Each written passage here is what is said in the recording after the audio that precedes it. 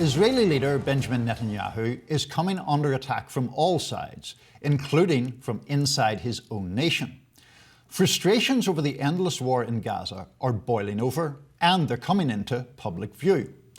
Throngs of Israelis poured into the streets over the weekend to protest the 8-month-long war in Gaza. And we've even seen some reservists in the IDF are calling for Netanyahu and his right-wing government to step aside. Notably, Israeli War Cabinet Minister Benny Gantz has threatened to resign if the Prime Minister does not outline an endgame.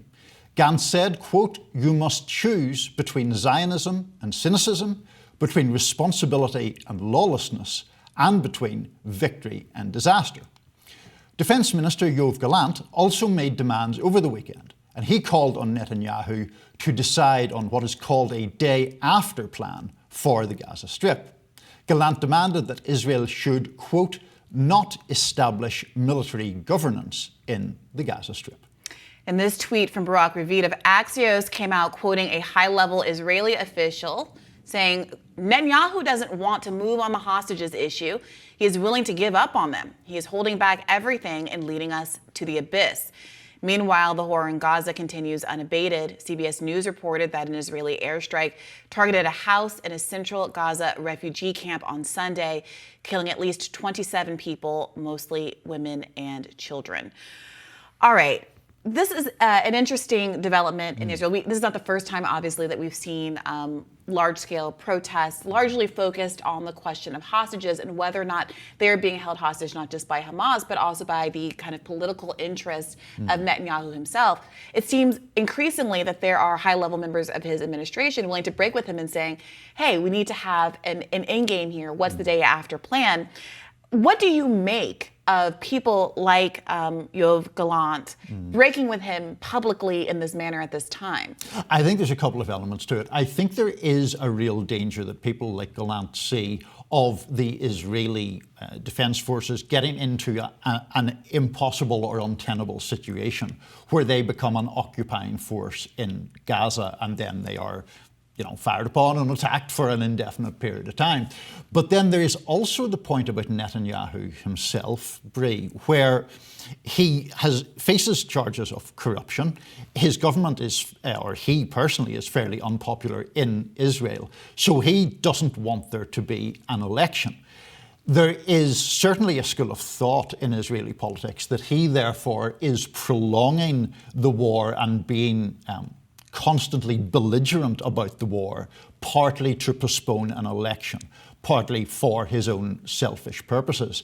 And obviously it's a very emotive issue in Israel because of the fate of the hostages. The implication of the argument I just outlined is the hostages could end up dead because Benjamin Netanyahu has a personal interest in prolonging the military assault. And that's not just a hypothetical, right? So many hostages have died either, and this is, Hamas reporting what has happened to them, so people can feel free to take that with a grain of salt, but we've said hostages have died in bombings. There have been at least those 3 hostages that were shot directly by IDF troops as they were waving white flags and attempting to escape. So it seems very clear, and it's understandable why members of the Israeli public would see Netanyahu as having a conflict of interest here and having quite literally blood on his hands. At the same time, we're seeing so many American Congress members and even the President of the United States sort of use the idea of the hostages being freed as a cudgel to explain why whatever excesses that are happening in Gaza, just recently, yesterday, 27 people being killed in this one strike, are appropriate. Holding up the hostages repeatedly as a kind of counterbalance to whatever new tragedy emerges in Gaza. And I mean, it strikes me as it's just bizarre at this point that narrative still holds any water here domestically when you have thousands of people in the street in Israel saying the exact opposite, saying very clearly, we don't see the release of hostages as tied to whatever is going on here in Gaza. We see it as tied to Bibi Netanyahu's own personal political interests. Yeah, I think that's a really important point. And the other point I would make related to that is when this debate is cast sort of in the widest terms here, there is this fallback by pro-Israel people on this sense of stand with Israel. We must stand with Israel, or there has to be this adamant guarantee of Israel's security. Now, the difficulty there is to stand with Israel right now, in the sense that those people mean it, is to stand with easily the most right-wing government in the history of the State of Israel. A government that includes people like Itamar Ben-Gvir, the National Security Minister, who is, I mean, just an extremist by any reasonable yardstick. Someone who has been convicted in Israeli courts of supporting terrorism and inciting racism.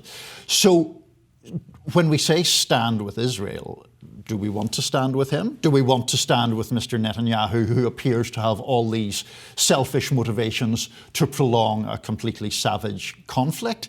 Those are questions that I don't think, frankly, are asked enough in the American debate about these events. It's also confusing to me to hear, Gallant here saying, we need a day after plan. There's this pushback against the idea that Israel is going to physically reoccupy Gaza. At the same time that we saw back in January, 14 members of the Israeli cabinet attending the settler conference, seeming very explicitly to want there to be a resettlement of Gaza.